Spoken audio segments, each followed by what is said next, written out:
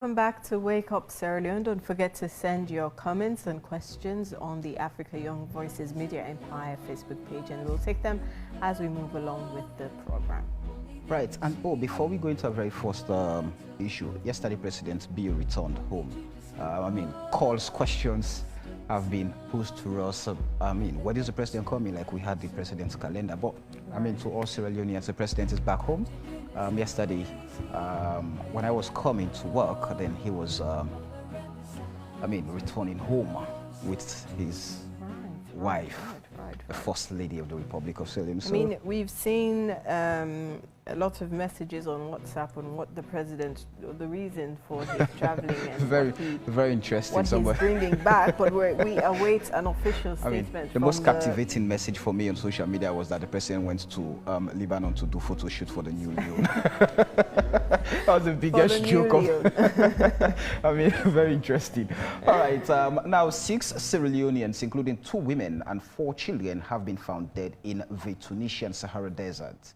The information confirmed by the Sierra Leone Embassy in Egypt detailed that the victims set off on a perilous journey from Algeria to Tunisia through the Sahara Desert in an effort to cross the Mediterranean Sea to Europe when they faced their tragic demise in the Republic of Tunisia axis near the border with Algeria.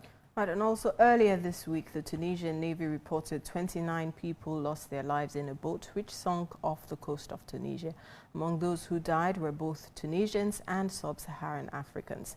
So far this year, more than 1,000 people have lost their lives attempting to cross the Mediterranean, according to UN Migration Agency's Missing Migrants Project. Some who managed to make it to their desired destination often face inhumane treatment and abuse. So in the studio this morning, we have the Minister of Labour and Social Security, Alpha Usman Timbo. And in our studio with the Minister is Alfred Fona, who is the Public Relations Officer for the International Organization for Migration, IOM. Good morning and welcome to the show, Mr. Minister. Good morning. All right. First off, when the message was put out by the embassy in Egypt, what came to mind, especially with the efforts that have been made, in the last year or so, with regards regularizing the issue of overseas recruitment and try to streamline how these, travelings and all of that should be addressed? Well, thank you very much. I was here sometime to talk about the government's decision to lift the ban on overseas recruitment. You see, migration is a trend that nobody can stop. It is part of human nature, where people want to explore, right? Some people move for various reasons. Those ones I have explained. But most times it has to do with seeking greener pastures. Right? So that is why I have always maintained that it does not make sense for any country to put restrictions, but rather to find ways and means that you can regularize the extent to which people emigrate to go to other countries for greener pastures. Most of these people that suffer these kind of calamities, they pass through irregular means. And where the systems are put in place for them to have access to regular means, sometimes, or most of the times, they make use of those regular means. However, human beings, we vary. We have different things we look out for. Some people, even where there is a structure established for that. But because it goes with some preconditions, some of those conditions they don't want to fulfill. They want to find a shorter way of having access to some of these opportunities. And this is why they face the problems. For us in Sierra Leone, as I mentioned the last time, we took a conscious decision in Cabinet for us to lift the ban. And I said, for Sierra Leone, our labor migration agenda has 3 main components, and it is dubbed transfer to transform. That was what I said. We transfer skills, we transfer knowledge, we transfer ideas, and at the end of the day, we transfer resources like money back home to help in the transformation process. It is the way you structure your migration policy that will enable you to benefit from it or not benefit from it. In fact, I was just talking to the current president of the Journalists International Forum for Migration, GIFOM, for them to be able to pay attention here inside and to get you, the journalists, be part of GIFOM so that you will be able to have substantial knowledge as to the benefits as well as the problems associated with migration. So for us, as I said the last time, we have the transfer to transform, which has three components, like I said. The first aspect has to do with employment in the Gulf states, like the Kuwait, Qatar, and the rest. So what did we do as a government? We tried to enter into bilateral agreements with those states, right? Formulated MOUs that spell out clearly how our people can move to go and work in Kuwait, Qatar, and Saudi Arabia, where we are dealing with. As I speak now, I have an MOU from the Sultanate of Oman, which has been sent to us through the Ministry of Foreign Affairs for vetting. We look at different labor laws. Also, yesterday I spoke to our ambassador in Dubai. They have also, the United Arab Emirates have also given them a draft MOU that is going to pass through the Ministry of Foreign Affairs to come to us for vetting. So this is the way it goes, right? Just quickly, these are the legal means which are basically you're trying to address. And campaigns have been mounted, I mean, in mitigating or preventing these guys from using the Mediterranean Sea, because it continues to devour our young guys who tend to seek greener pastures. So where are we not getting it right? Because even IOM has been very, very much instrumental in these campaigns, even taking preventive measures to get this menace surmounted. For us, it's just to make sure as a government we put the legal framework. We put the opportunities that is available for people to make sure, instead of going through irregular way, these are the regular ways. This is what a responsible government does. And that is why I said at some point when we are debating as to whether government must lift or not lift, when they mention about human trafficking, I said that's a separate issue altogether. The Minister of Labor is charged with the responsibility of promoting employment, and we must be seen to work in that light. Those other institutions like TOCU, the ONS, and others will concentrate their efforts in making sure that we avoid trafficking, human trafficking, right? Of course, the Ministry of Labor can work towards that. The IOM, of course, is part of that particular processes. So I still want to make people understand that on my own side, the object is to regularize the means at which people emigrate, make sure the opportunities are available for them, and once they get the opportunities, it is a win-win situation where the individual benefits and the state benefits. That was why the last time I said in our migration policy, what is happening is that we open accounts for the migrants before they leave. Because migration, as I said, most of the time is specific. You go for a definite period, you come back. That makes the difference with other forms of movement. That's why when the Ministry of Immigration gives out visas that are tourist visas, we don't care about tourist visas. You have your money to go and enjoy somewhere. It's not the Ministry of Labor. But when employment visas are given, the object is for you to go and work and earn a living. And that's what I am pursuing. Right? Even in the United States of America, you have a visa that takes you just to go and come. But when you want to go and work, you have a different visa. So that's what I am talking about. And my objective is to make sure we put the trajectory in that light so that Sierra Leone will be able to benefit like we started benefiting now. I just hosted in a good number of credible employers from Saudi, from the United States of America. They have come here. They want to recruit nurses that they will train. They work here for 1 year, 500 of them, and they will go to the United States. They work for 2 years, they come back. So the opportunities are growing once they know that you are doing the right thing. So I still want to say that our transfer to transform project, as I said the last time, we cater for the low-skilled workers, the middle-level skilled, and I said component 2 has to do with the work-study program, which as I speak now, we have 200 slots, but then about 31 have been, are now completed. We have about 28 males, as well as 3 females for this work-study program. And I said the third component has to do with the diaspora and elements, where we look at the expertise that we have in the diaspora command. So that's what we are working on in the Ministry of Labor.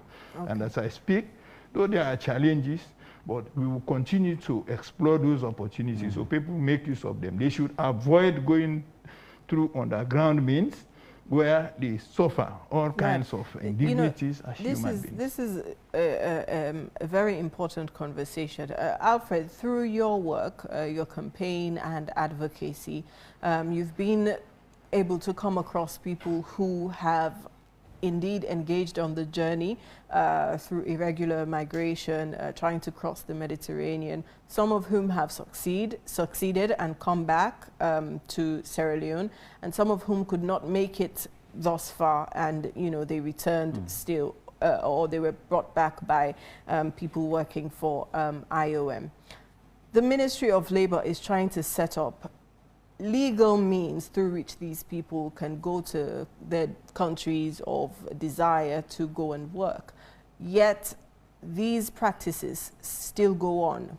People still find ways and means to travel abroad, as they may say, for greener pastures. What are some of the reasons these people give in terms of not going through the legal processes? Are there challenges they face that they cannot provide certain documentations? What are the issues? Yeah, thank you very much for this particular question. First of all, IOM is the leading migration agency charged with the responsibility to ensure that migration is done in a safe, orderly, and dignified manner. IOM, we're not saying people should not migrate. But if you want to migrate, it should be done within the law. Migration is good because when you migrate, you can have a lot of benefits. Things like remittances. We have Sierra Leoneans who are in the diaspora. They are now contributing to the development of the country. So there are a lot of benefits Sierra Leone can even derive from that. But if you migrate the wrong way, you face a lot of challenges. Irregular migration actually is not friendly. Most of them face challenges. Some even lost their life. Recently, we saw a lot of images, gory images on social media, about people who even died or who are suffering in the Mediterranean Sea or the desert. So most of the time when we interface with these young people, they say they don't have opportunities at home. The other thing also, some don't have the right information. That is the reason why IOM, we're currently implementing 2 programs. One of them is called Migrant as Messenger. The Migrant as Messenger program aimed at, we're currently working with returning migrants to share their testimonies, and also we work with journalists, CSOs, so that we can be able to amplify messages around the dangers of irregular migration, and also provide the right information to them. Because if they don't have the right information, they'll use irregular means. Most of the time, you have people go to communities to offer, opportunities, and they will fall for these opportunities. So that is the reason why we engage in these young people, at least to provide them the necessary information so that they can use the regular means. And also in the area of employment. Youth unemployment, of course, is a challenge not only in Sierra Leone, in almost a lot of parts of the world. So what IOM is currently doing is rolling out a number of youth empowerment programs. We have a project called TVET, an entrepreneurship project funded by the government of Japan, which is aiming to empower 2,000 young people by next year. Currently, very recently, we had the first cohort of 49 young people that graduated on tractor operation and basic maintenance. We've also trained more than 300 young people, and we've started providing them with startup kits and entrepreneurship support as well. So these are some of the kind of programs we're implementing to address this irregular migration. Right, and you talk about people not having the right information, and when others come to them with some offers on crossing the Mediterranean to get to their countries of desire, they fall for these options. So what does the IOM do when it comes to advocating against these practices? When people do not have the right information. Any information they get, they take as, you know, the right one. So you have people who are within these communities who come to tell others that these are the opportunities, this is the way you can travel, this is what you need to do, give me this amount of money, I can put you on a boat, I can do. So are you in contact with any of these people who sort of, I would say, recruit people who are willing to migrate irregularly? Actually, we are not in contact of them, but we've had a lot of cases wherein people have been even trafficked to go to countries like, you know, Kuwait, Lebanon, for forced labor and sexual exploitation. So what we do is to inform, so to engage people so that they are informed when it comes to migration. And also we're working with government, building the capacity of government officials and CSOs to address issues of human trafficking. Last year, we had the first conviction ever in the history of Sierra Leone. We had the first conviction of trafficking cases. So I think we're moving there. Let me ask the minister this question, the same question Antonia just asked Alfred. I've listened to stories being narrated by returnees. I think it was during the commemoration of the International Youth Day. From IOM, I had a lady who returned from one of the countries, and she narrated a story that she slept in over 11 detention centers until she was repatriated by IOM. So what are the things that are being done to look out for those who go to recruit these people illegally? At the end of the day, they are migrated, using the irregular means, and they become victims either of sexual exploitation, all of these vices. Yeah. The last time I explained the kafala system, I talked about Visa 20, right? And people should know it. You know, I used to have a friend who says, you have a kind of lodging the way you come. He say if you have money, you go to like Bo, you can go and sleep to a hotel, right? But if you don't, you call a friend that you want to go and live in this house. It depends on your status. They will say, we are going to leave our room and give the guest the room. Right. But for other guests, they will say, well, just remove where the chicken and the others, and they will sleep there, right? So you get the kind of accommodation that you are fitting. Right. I still want to talk about the type of visas that you enter into. Right. Right? When you enter with an employment visa, before you leave your country, you already have an employment. So it is like moving, arriving, and start to work. It is not when you are there that you start to go and scout for a job. So the kafala system, this is what has been happening, right? For those that are engaged in legal migration, the countries of receipt, where they are going, the destination, they have agencies, institutions recognized by governments, certified that they can involve in this kind of trade, right? Like for instance, like you talk about Mahara, the big institutions, right? SRACO. These are required to put $1 million as deposits, right? That should always be in your account while you are engaged in this kind of trade. I hope you understand. Yeah. And before anyone leaves like what we are doing now, as I'm speaking now, all those that are intended migrants, we have their contracts of employment, right? Which we have vetted. Before leaving. Yeah, before leaving, right? Then we include there our local content, because we have said, for us, the migration policy, every migrant will contribute to the development of human capital, as well as the development of the migration unit itself. So it is part of it.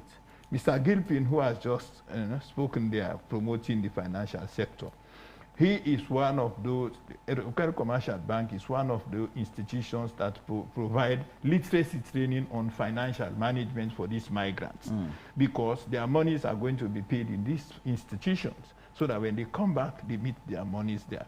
So these are the systems that we put in place. I explained the last time that in the kafala system, why they are molested, why they suffer these kind of indignities, the type of visa that they will give you, they will say, you are entitled to live only between Lumley as well as up to Mashaka.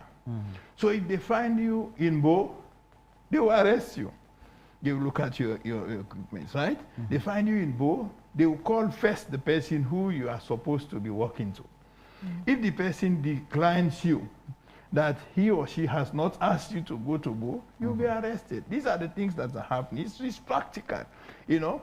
It is not like here where maybe the IG, they arrest this and Samuel Wise called the person, but that's Namifamu, this, you, Nepal. It does not work like that in those jurisdictions. When you violate the law, you face full penalty of the law.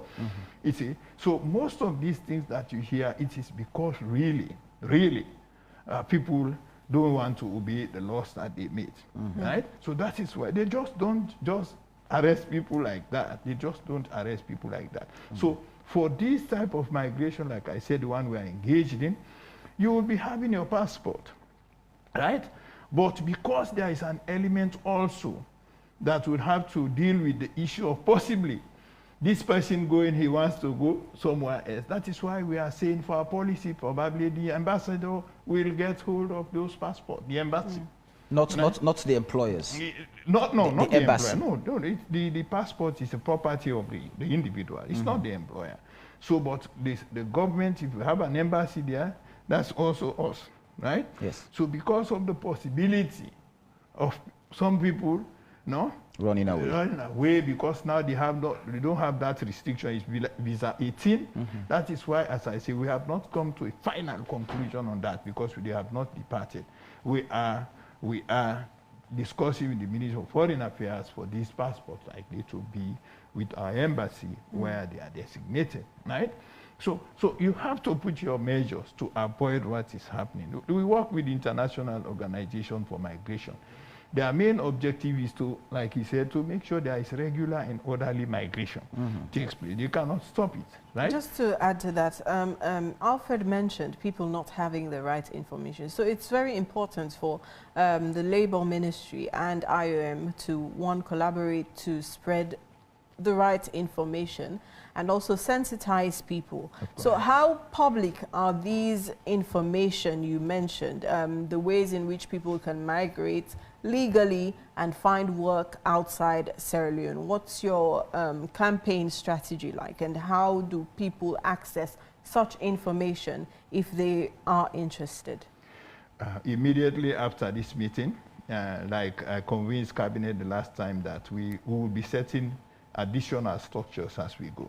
Immediately after here, going to the ministry, we are setting up our website, making it robust. Like he mentioned, they have trained people that are capable of driving trucks.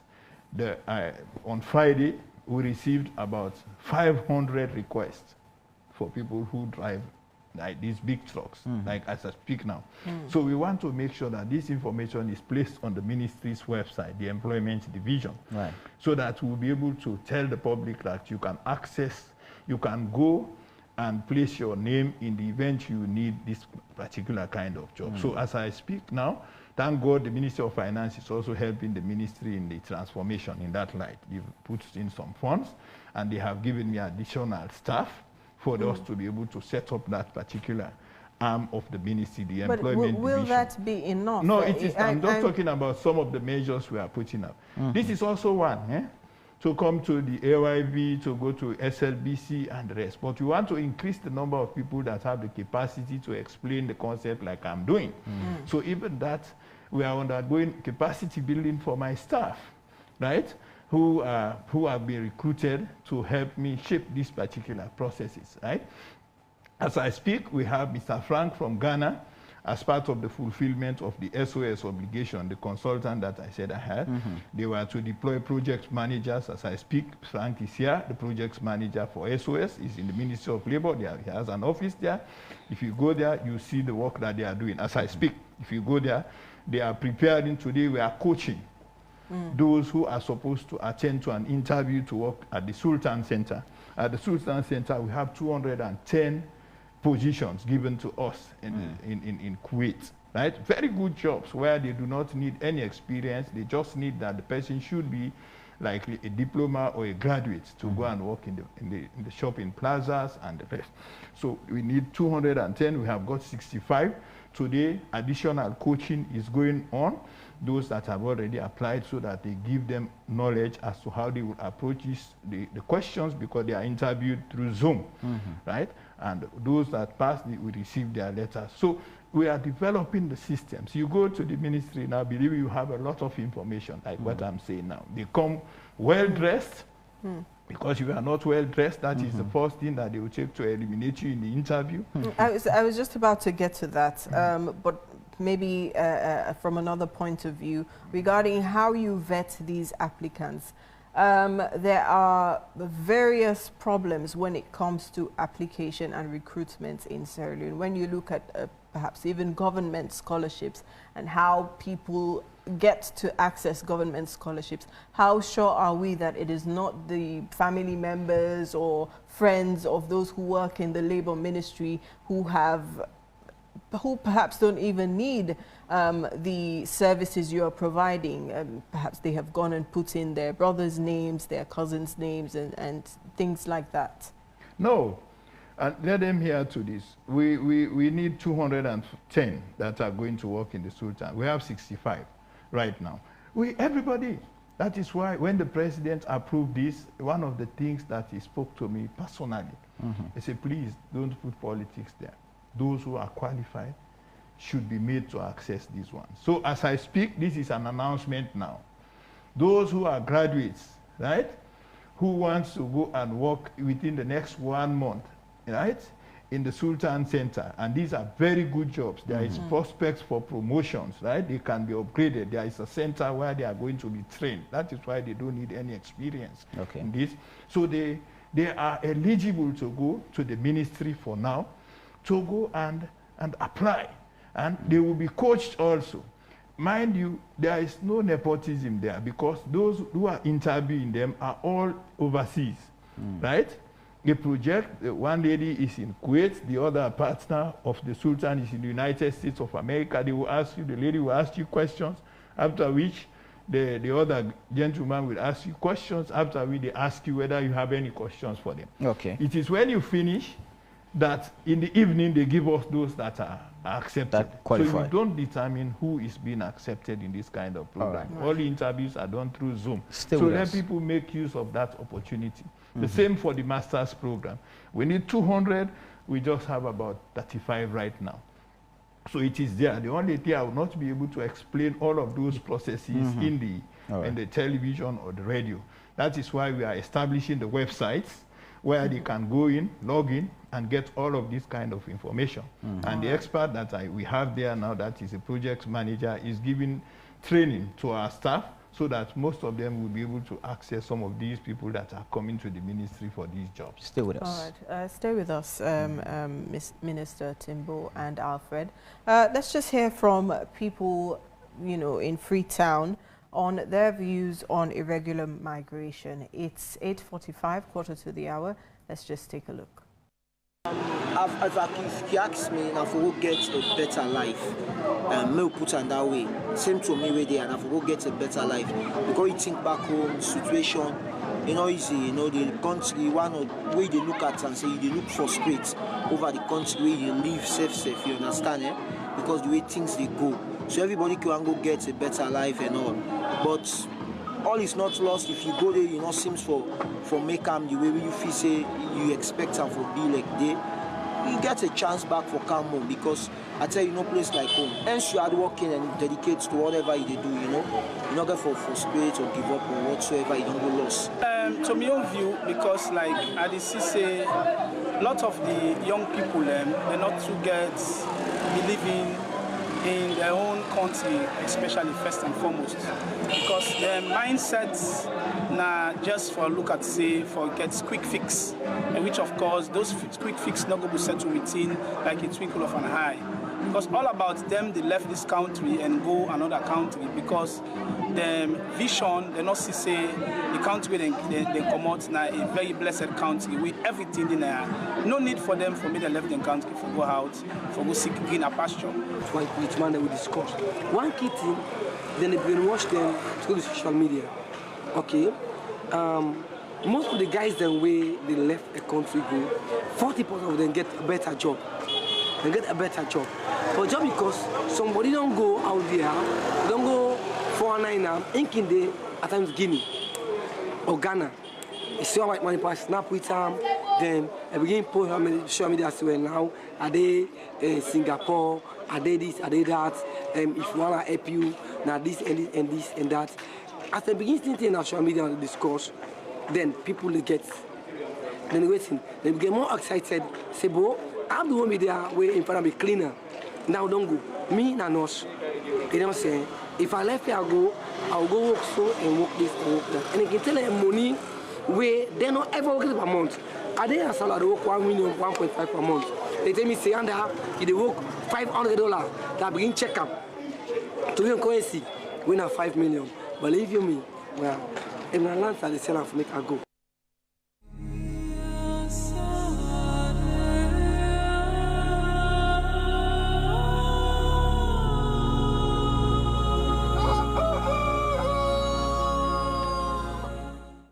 Welcome back. Those were views from Sierra Leoneans with regards to the issue of Temple Run. Now, a few messages. Eddie Grant is saying, may their souls rest in perfect peace. What are the key factors responsible for people fleeing their own country for greener pastures? Could it be abject poverty, injustice, or something else? Patrick Wuri is saying, all these MOUs in reality doesn't matter because we need to create jobs in our own country. We need to advertise said vacancies publicly, especially this Human Capital Development Initiative. Ronald Georgestone is saying, Mr. Minister, does Sierra Leone have bilateral relations with Libya and many North African countries? Because we don't know what is happening to not just Sierra Leoneans, but many sub-Saharan Africans who are racially treated as we speak. The Libyan embassy should be made aware of the treatment of our citizens because it's a human rights abuse at a large scale. The truth is that no future for the youth. What do you expect us to do? Waste our future just like the way some of our family did? We need a better life, not only for ourselves, but for the country. But Abdullah is saying, justifying the need to go. Eddie Grant, there is no way people stop. Okay, that's not too clear from Ba. And let me take 3 more messages. Ishmael Kamara is saying, the migration policies are not only set on human capital, but also the hard labor of these migrants, all in the name of overseas employment. Is there any system being set up by our government for the monitoring of these overseas employment workers? Ishmael Kamara. I'm against our brothers and sisters going to those countries. I'm worried about their safety. With the Mekia, God is not going to make Sierra Leone. We have to unite and build Sierra Leone. All man for calm, to Sims for Sims, we need you all. Those who discriminate against you guys are gone forever. On the last message I'll take, because of time, it's saying, in the Middle East, the favorable visa is visa 18, which validates movement of migrants freely. Despite this visa, all others are like slave type of visas, as you don't do anything freely. Those are the messages we'll take and allow the minister to respond on Alfred. All right. So, you know, a lot of people are concerned about the abuse Sierra Leoneans encounter when they take these trips. And, you know, just a couple of days ago, we've seen the reports from the Egyptian embassy, Sierra Leone Egyptian embassy, with the 6 Sierra Leoneans who lost their lives. Has the IOM received any formal report regarding this? And, you know, if so, if not, what do you normally do in these situations? Yeah, IOM is actually a global organization. We have a global footprint. We are in more than 100 countries. And we need to understand that our colleagues in Tunisia are actually involved. They are working with the government and also Red Cross, you know, to address some of these issues. All right. Thank you very much, Alfred. Minister. Somebody said what about Libya. We do have an embassy overseeing that particular place. Whatever that is there as an issue, first it goes to the embassy. The embassy is under the Ministry of Foreign Affairs. I always want to say there are things that the Ministry of Labor is absolutely in charge of. There are other things that the other departments and agencies are, but we work as a team as far as that particular area is concerned. On the issue of movements, I am the one that issues work permits to aliens. Yeah. What are people talking about? Every day I have a queue there to give work permits to people that are coming to work in Sierra Leone. So it doesn't mean that because Sierra Leoneans go out, that is why it is because governments cannot give them jobs. That's no. At some point here, even an AYV, at some point in the setting up, there were some experts that I gave work permits to come here, to come and help, the setting up. I know. Nobody can tell me anything about it. So there are so many Chinese people, even jobs that Sierra Leoneans can do. Some of the agreements that we enter into, they insist that their nationals should be made to work, and we have to abide by that. So if we have a good number of aliens working in Sierra Leone, there is nothing wrong if Sierra Leoneans also that have the capacity, who cannot secure that job here for now, to go and work in Ghana or Kuwait, if they can provide them a job. So the argument that is purporting as if because we cannot give jobs, that is why they are good, that's completely erroneous. It is going to continue to be a phenomenon in human life, movements to go and work abroad. So that's the point that I want to emphasize. What is the system of monitoring? Yeah. All of these systems we are talking about are monitoring mechanisms. You see, when they put a system in place prior to your departure, you have a job already. That is in itself is monitoring, right? Because the system itself is self-proof. We know where you are going. You are entitled to your phone. People can communicate with you. Now we establish WhatsApp groups where they can communicate among themselves. So these are monitoring mechanisms. But over and above, where these people are deployed, our embassies, they have the database for them. So the mechanisms are being put in place to make sure that we address some of the challenges that are existing in the industry itself.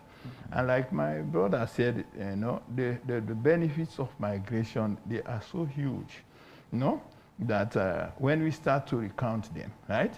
Even the medicals that all of them are going through has made some of these hospitals very busy. This I tell you. As I speak from here, after the ministry, I'll go to the immigration. The immigration last time we wanted about 1,500. They cannot. As I speak, I have to go there again today for us to have 200 passports, right? And they will tell, hey, Mr. Thibault, not the Ministry of Labor, no more who they serve and the rest. So it shows the capacity of our institutions. Also, it shows it. Many things that this thing has revealed. Even those who are migrants that go for medicals, it's revealing, right? I'm discussing with the Minister of Health some of the things that we find out, right? So for those that have come back, it will surprise you, Sam and Antonia, to know that 90% of those that have gone, that have been returned, they don't know how to operate a washing machine. They don't know how to operate a microwave. And these are the people that were sent before. And the clients who need these people, these are the appliances that they have in their homes, with hoping no training. that the type of labor they sent to them was able to do these ones. So that is why in this migration, they go through that training, how to operate a microwave, how to operate a washing machine, how to iron different types of linens, everything. They are being trained before they go. So that is why we'll be working with the Ministry of Technical and Higher Education moving forward, where these people will be trained in those institutions before they come and face this kind of interview. So it's just a process that we have started. Trust me, by the time we go 2 years, 3 years, 4 years, the whole system would have been streamlined, and people will see how regular migration is going to be beneficial to the country. But as you mentioned, migration is going to continue, and people are going to continue wanting to leave their own countries to seek greener pastures. So how do you plan to tackle the issue of irregular migration? Alfred mentioned Sierra Leone having, its first conviction when it comes to trafficking, and people recruiting Sierra Leoneans to go and work abroad without having the requisite documents and authority to do so. So when it comes to the Labour Ministry, do you have any mechanisms to deal with that issue in particular? We have, like I said, and I want it for people who are listening to me to get this one very straight. I have said the president has given us the right to do regular migration. If any Sierra Leonean happens to secure a tourist visa, we cannot stop that person from going out. But when that person goes out, go and secure a job that he is maltreated and is arrested, that person will face the full penalty of the law. Right. Together with the agents or the person who is responsible for his immigration. I hope you understand that point. Because nobody will bring that fault to the Ministry of Labour. We don't stop people from moving out of the country. When people go on their own, right? The tourists, they go on their own, they have a tourist visa, and when they go, they complain they are maltreated. That is not within our purview. So when you say, what do we do? The law will definitely, will get hold of that person in the first place, right? Where he or she is complaining, and we will find out who is responsible for his or her movement to that place. Before we handle that particular person here, we have to make sure we ensure that we do things the proper way. And that will be the work of the IOM. IOM. There. So my work is to make sure they go through regular means to go and work. And before you leave here, you already have a job. We don't allow people to go without already securing a job. That's the difference. Alfred, quickly. Yeah, I think IOM, we are not saying people should not migrate. No. Even the Universal Declaration of Human Rights, Article 13, recognize the rights of movement, the right to move. So migration is your right, so do it right. Temple run is not worth the risk. You can still be in Sierra Leone, make good use of yourself, go for the necessary skills, so that you can be able to tap into opportunities available here. All right. All right. Do you eat bread? Do you love bread? Yes, I do. Well, the National Bakers Association has just announced an increase in the price. Increase 500 in the price. I mean, we're seeing an increase in the prices of everything, in 500 leones has been announced as an increment to the current bread price by the National Bakers Association. I mean, well, we will have to talk about that and the other economic trends here on Wake Up Sierra Leone. But stay tuned. It's now moving up to 9 o'clock in our studios. Thank you very much to Alfred from the International Organization for Migration and Alpha Timbo, the Minister of Labour and Social Security. And we have been discussing the issue of Temple Run, known as irregular migration, and 6 Sierra Leoneans who lost their lives in the Tunisian Saharan desert.